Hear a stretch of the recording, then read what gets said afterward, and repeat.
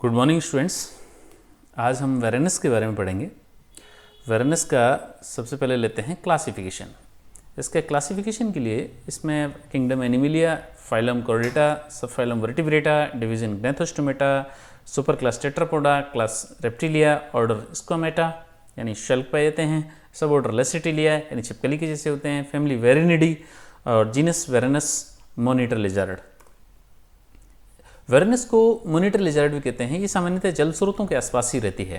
संसार के में इसका जो वितरण है वो श्रीलंका से लेकर के फिलीपींस तक पाया जाता है और दक्षिण में जावा द्वीप तक पाया जाता है, यानी आसपास के एशिया महाद्वीप के, दक्षिण एशिया महाद्वीप के छोटे मोटे सभी द्वीपों पर ये वेरेनस पाया जाता है। इसकी उपजातियाँ कभी भी अतिव्यापित नहीं करती, ओवरलैप नहीं करती, अर्थात इसकी जो उपजातियाँ हैं वो अलग अलग द्वीपों पर अलग अलग हैबिटेट में अलग अलग होती हैं और ये उष्ण कटिबंधीय प्रदेशों में पाए जा सकते हैं या उपोष्ण कटिबंधीय प्रदेशों में, ट्रॉपिकल या सब ट्रॉपिकल जंगलों में ये पाए जाते हैं। ये जल स्रोतों से ज़्यादा दूर नहीं रहते हैं, उसके आसपास ही पाए जाते हैं। जल में तैर भी सकते हैं और स्थल पर दीवारों और चट्टानों की या शत्रुओं से बचने के लिए पेड़ पर भी चढ़ सकते हैं। इनके भौतिक लक्षण इस प्रकार हैं। इनकी जीभ लंबी होती है, द्विशाखित और बेलनाकार होती है। ये भोजन की गंध को पहचान करके और उसको ढूंढने का काम करती है। इसके लिए इसकी मुख गुहा में जैकबसन स्पॉट पाया जाता है। जो इसकी लंबाई अगर देखें तो मुख से लेकर के और पूंछ तक लगभग 1.5 मीटर लंबाई इसकी होती है। नासारंध्र गोल होते हैं और जो स्नाउट रीजन है वो उसके समीप स्थित होते हैं। स्नाउट आगे से वलयाकार होता है। सिर इसका त्रिकोणाकार होता है, यानी आगे से नुकीला और पीछे से चौड़ा होता है। पार्श्व में इसके टिम्पेनम झिल्ली पाई जाती है जो सुनने का काम करती है। इसकी पूंछ जो है इसके शरीर का सबसे लंबा भाग होता है और ये धड़ से लगभग 1.5 या 2 गुना लंबी होती है। इसके शरीर पर बाह्य कंकाल के रूप में शेल्क पाए जाते हैं। ये इसका ड्राइंग है। इसके शरीर इस प्रकार से है। इसके 2 अग्रपाद और पश्चपाद हैं जिनमें नाखून हैं। इसका मुंह लंबा है, त्रिकोणाकार है, धड़ मोटा है और पीछे की तरफ ये जो पूंछ है वो सबसे लंबी इसमें दिखाई गई है। ये इसका रियल फोटोग्राफ है। जैसे मोनिटर लिजर्ड, इसको गोहो या गोर्रा भी कहते हैं, या मोनिटर लिजर्ड या वेरेनस के नाम से जाना जाता है। इसमें संवेदी अंगों की बात करें तो इसमें प्रकाश की संवेदना के लिए 2 पार्श्व आंखें पाई जाती हैं और वो पलकों से ढकी हुई रहती हैं।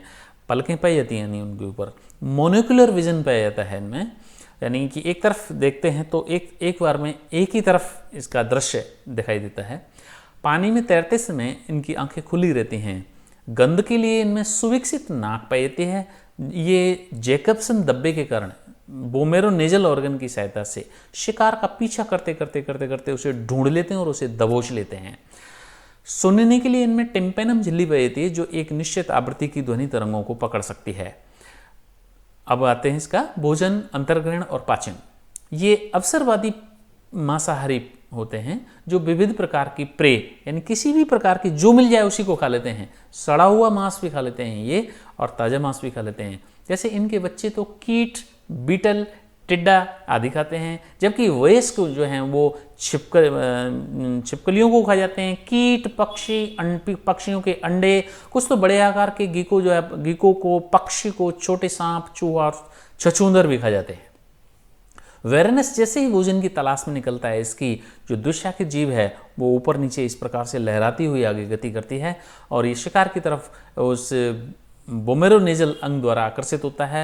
आकर्षित होकर के और गतिशील शिकार को पकड़ करके अपनी जबड़ों में दबा लेता है और उसे क्रश कर देता है और उसे सीधे निगल जाता है। टुकड़ों में तोड़ता है या दांतों से या फिर उसे सीधे निगल जाता है। इसके चबाने वाले दांत नहीं होते, केवल शिकार को पकड़ने का काम करते हैं। इसकी आहार नाल की बात करें तो मुख से लेकर के गुदा तक कंप्लीट आहार नाल पाई जाती है, बीच में कुंडलित भी होती है। इसकी आहार नाल में मुख गुहा, ग्रसनी, ग्रसिका, आमाशय, छोटी आंत, बड़ी आंत, मलाशय और अवस्कर ये भाग होते हैं। इनके दोनों जबड़ों पर दांत पाए जाते हैं, नुकीले होते हैं और अंदर की तरफ मुड़े हुए होते हैं। उनको एक्रोडोंट, होमोडोंट, पॉलीफायोडोंट यानी बहुबार दंती, लाइफ टाइम में कई बार आने वाले, थीकोडोंट यानी गर्त दंती यानी जबड़ों में धसे हुए कुछ पाए जाते हैं। ये शिकार को पकड़ने का काम करते हैं। मुखगुहा के अधर पृष्ठ पर संपीड़ित 2 नासारंध्र खुलते हैं जो बाहर के नासारंध्रों का कनेक्शन करते हैं। नाक के अंतिम छिद्र होते हैं वो। फर्श पर इनकी लंबी मांसल दुशाखित जीभ होती है जो शिकार का गंध से पता लगाने का काम करती है। इनकी मुखगुहा का पश्च भाग ग्रसनी बनाती है, फेरिंग्स। उस फेरिंग्स में जीभ के पीछे की तरफ का जो भाग है वो फेरिंग्स है।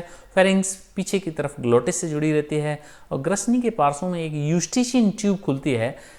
जो इसके पीछे का जो चौड़ा भाग है वो गलैट कहलाता है, जो पीछे की तरफ ऊसोफेगस में खुलता है। उस ट्रेकिया के पृष्ठ में स्थित जो ऊसोफेगस है वो लंबी सक्रिय नली होती है जो सीधे आमाशय में खुलती है। ऊसोफेगस में किसी प्रकार का कोई पाचन नहीं होता। पाचन या तो मुंह में होता है या आमाशय में होता है।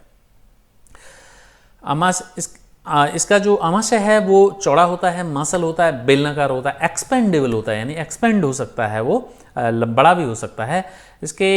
उसमें दो भाग होते हैं, कार्डियक और फंडिक। फंडिक भाग जो है वो आगे कार्डियक, फंडिक और पाइलोरिक भाग में विभक्त रहता है। पीछे का जो पाइलोरिक भाग है वो पाइलोरिक स्फिंक्टर के माध्यम से ग्रहणी से जुड़ा हुआ रहता है। और आंत दो भागों में विभक्त रहती है, छोटी आंत और बड़ी आंत। छोटी आंत का जो प्रारंभिक पार्ट है वो डेयोडेनम कहलाता है, सी आकृति का होता है वो। और इस डेयोडेनम में यकृत से आने वाली पित्त वाहिनी, अग्नाशय से आने वाली अग्नाशयी वाहिनी नलिका खुलती हैं।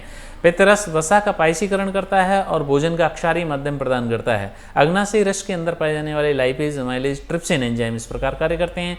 लाइपेज एंजाइम फैट को फैटी एसिड और ग्लिसरॉल में बदल देता है। अमाइलेज एंजाइम स्टार्च को माल्टोस में तोड़ देता है और ग्लूकोज में तोड़ देता है। प्रोटीन ट्रिप्सिन एंजाइम और पेप्सिन एंजाइम और ट्रिप्सिन एंजाइम ये दोनों ही ये प्रोटीन को पेप्टोन्स, डाइपेप्टाइड और पॉलीपेप्टाइड में और इनमें पेप्टाइड बॉन्डों को तोड़ देते हैं।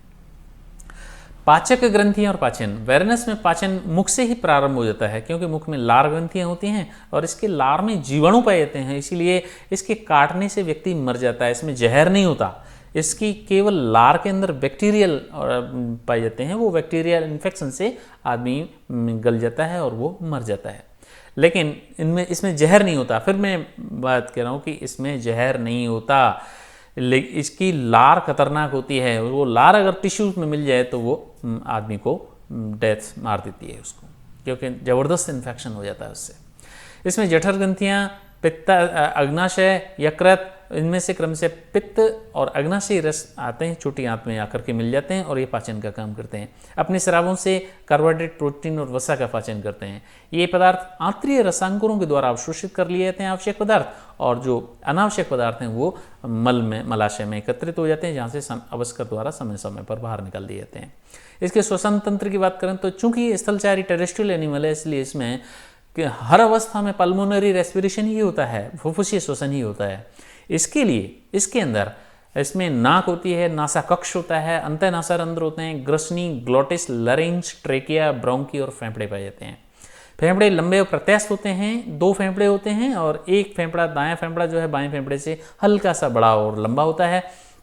फेफड़े के अंदर हनीकोम्ब की संरचना में इसमें एल्वियोलाई पाए जाते हैं, जहाँ पर गैसों का आदान प्रदान होता है। परिसंचरण तंत्र की बात करें तो वेरेनस में बंद प्रकार का परिसंचरण तंत्र पाया जाता है। इसमें हृदय, धमनियाँ, धमनिकाएं, केशिकाएं, शीरिकाएं, शिराएं और रुधिर इसका लाल होता है, हीमोग्लोबिन पाया जाता है उसमें।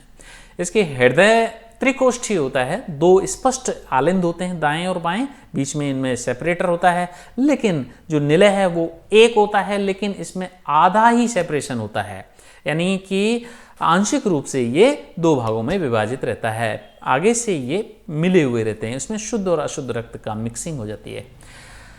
एट्रियोविनस प्रकार का ब्लड बहता है, इनमें रक्त पंप करके फेफड़ों से शरीर के विभिन्न भागों में प्रवाहित होकर के और इसके दाएं भाग में आता है, दाएं आलिंद में आता है, दाएं आलिंद से और फिर उसके बाद में निलय में आता है, निलय से फिर फेफड़ों में जाता है शुद्धिकरण के लिए, फेफड़ों से वापस इसमें हृदय में आता है, निलय में, निलय से फिर वापस शरीर में पहुंचा दिया जाता है। इसमें पोषक पदार्थों, हार्मोनों, श्वसनीय गैसों और एंटीबॉडीज और वापची अपशिष्ट पदार्थों का परिवहन होता है। वेरेनस के परिसंचरण तंत्र में जैसा कि मैंने बताया अभी कि इसका राइट ऑरिकल के अंदर अशुद्ध रक्त डाला जाता है और फिर वेंट्रिकल में आता है पंप के द्वारा, वेंट्रिकल से फिर लंग्स में जाता है शुद्धिकरण के लिए, लंग्स से फिर वापस ऑरिकल में आता है और फिर वेंट्रिकल से फिर वापस शरीर के विभिन्न भागों में पहुंचा दिया जाता है। इस प्रकार से इसमें परिसंचरण होता है। अगर इसके हृदय की आंतरिक संरचना देखें तो इसमें ये जो इसका जो है सेप्टम है वो आधा है और यहाँ आकर के लाल रंग का शुद्ध रक्त और नीले रंग का अशुद्ध रक्त आपस में मिल रहे हैं। मिलने के बाद में ये फेफड़ों में जा रहा है पल्मोनरी आर्टरी द्वारा और शरीर के विभिन्न भागों में पहुंचा दिया जा रहा है। इस प्रकार से ये अब आगे के लेक्चर में हम इसके